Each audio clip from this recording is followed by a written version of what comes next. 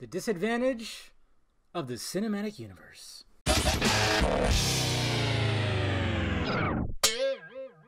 What's happening, film friends? Dave the Film Junkie here. All right, I want to do a little video about this because, lately, it's been interesting lately, of course, when it comes to the world of fandom here, because, we have Infinity War that came out 2 weekends ago, and, by our shock, it was actually, it was something.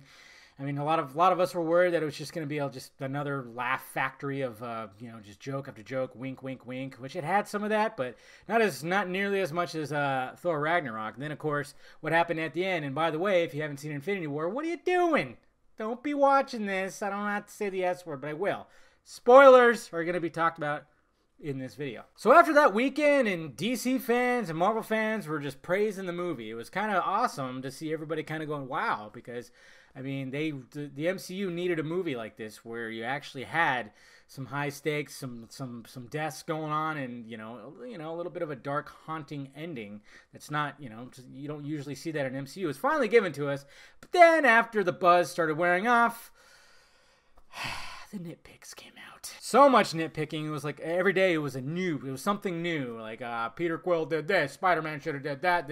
Why did Thor do it? Yeah, it was getting annoying. But one of the big ones that I saw, because I was just trying to have discussions with people and kind of go, hey, well, what about this? What about that? And try to be like, hey, well, let's have a discussion about this. The big thing that was being pushed back was the deaths. All the deaths that happened at the end of Infinity War, where Thanos snapped his fingers and half of the group just blew away. And of course, there were some heartbreaking moments when you see Groot, Rocket, you hear Bucky say Steve, and then of course the big one, which was Peter and Tony, Peter falling into his arms. But of course people started pushing back on that, and then the big thing that they would use in the argument is, we already know they're coming back because we know there's going to be a Spider-Man 2, a Black Panther 2, and a Guardian. And like I said, the disadvantage of the cinematic universe, because yes, we do know these characters are coming back, but with these people that were pushing back on that, I started going, well, then you probably had that same argument with Batman vs. Superman, right? Because obviously we knew that Superman was going to come back. We knew that Justice League was announced. You can't have a Justice League without Superman. I mean, we knew it was going to start off without him, but then he was going to eventually come back. Not to mention at the end of the movie, we saw the dirt rise up on the casket, so we knew he was coming back. And, I always say that to people, too, when I'm talking just normal moviegoers, not people within this community, friends of mine and everything. I go, yeah, it's a superhero movie, they never stay dead. And they can't, because they gotta squeeze out as much money as possible, and I'm talking on both sides, all right? I'm not talking about just one side. You're not gonna keep Superman dead. You're not gonna keep Peter Quill dead. You're not gonna keep all those. You're not gonna keep Spider-Man dead. Of course you're not. But the sad fact of the matter is there, that argument is being used on both sides as, I didn't feel anything because, they're just going to come back anyways. And I'm going, okay, so here's the problem. And this is when I go into a movie, I always try to be like, okay, I've seen these characters. Well, maybe not, some of the Marvel characters, but, obviously we've seen them in other movies. But I've seen these characters. I've heard about the story. I've read the story. Let's just see what these filmmakers or what are they going to do with these characters? Shock me, do some twists and turns and just impress me. And and the Russos did that with Infinity War. I was not expecting half the group to blow away. I was not expecting Thanos to win. And the way that they filmed it, and that's another thing I look at too, is like the way that they filmed the scene. It was haunting. It was heartbreaking, and it was haunting. The way that there was no music, and you just heard the noise of them just, dissolving away, and just the performances by the other actors, Hemsworth, Evans, Stark, Robert Downey Jr. He pretty much is Tony Stark. Anyways, the way that they filmed it was absolutely fantastic, just like the way Snyder filmed The Death of Superman. A lot of people had the argument, too, of like, well, there's only one other movie, so, I mean, they needed another movie in there for me to care, and it's just like, yeah, that's fine. If you didn't care, I mean, you weren't going to care. Even with that other movie, I don't think they would have given a shit. But for us, loving Man of Steel and watching it over and over again, and then the events that happened in that, as well as Batman vs. Superman, it does strike, it does kick your heart in the balls. I actually posted that on my Twitter. I said, I have my CBM trilogy that punches my heart in the balls now complete with Batman vs. Superman, Logan, and Infinity War. And it's kind of cool that it's all three of the CBM universes, so that's pretty cool. They all have their one. I mean, Logan's on a whole other level because obviously it's Hugh Jackman's last go at it, and it was heartbreaking, and he ain't coming back.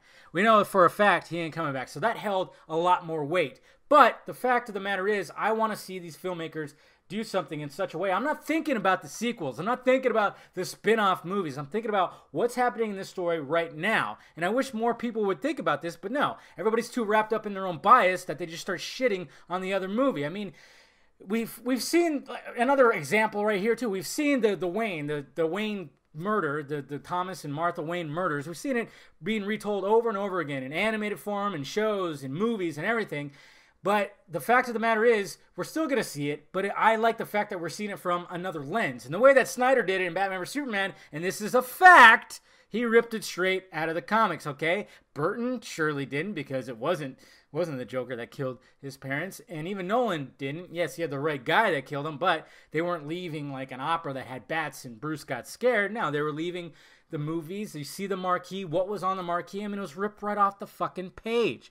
That's what I like to see. I just like to see these filmmakers tell their versions of the story. Sometimes it doesn't work. Just like when an artist decides to, hey, I'm going to do a cover of this song, and it ends up being a piece of fucking shit. It's just always not going to work. But when it comes to something, when it comes to a certain story where they're gonna inject some high stakes, they're gonna have some deaths, I'm not thinking about, oh yeah, well, they're just going to return anyways. No, I'm not thinking that. I'm going, wow, that shocked me. Wasn't I expecting that? Just like I wasn't expecting the death of Superman. A lot of people weren't expecting that either.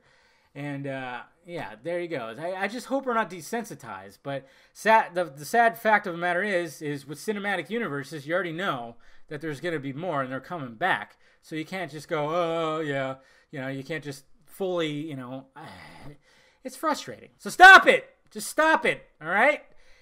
When it came to Infinity War, a lot of people were not expecting that. It had a dark, haunting ending. It's exactly what we were hoping for, and they gave it to us. And, of course, they're going to be, you know, most of the characters are going to be coming back. Who knows if all of them do.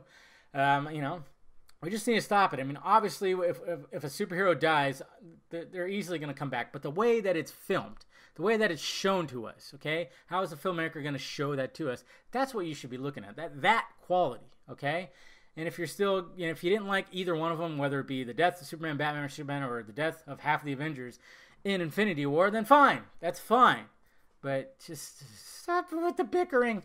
Anyways, guys, I just wanted to touch bases with that. Let me know your thoughts about it down below. What do you think about all that? Hit that like, thumbs up button if you'd be so kind. Subscribe to my channel, visitfilmjunkie.com. I'm going to update that website finally. And then, of course, visit the closet for shirts and stickers. All right, guys? I'll talk to you later.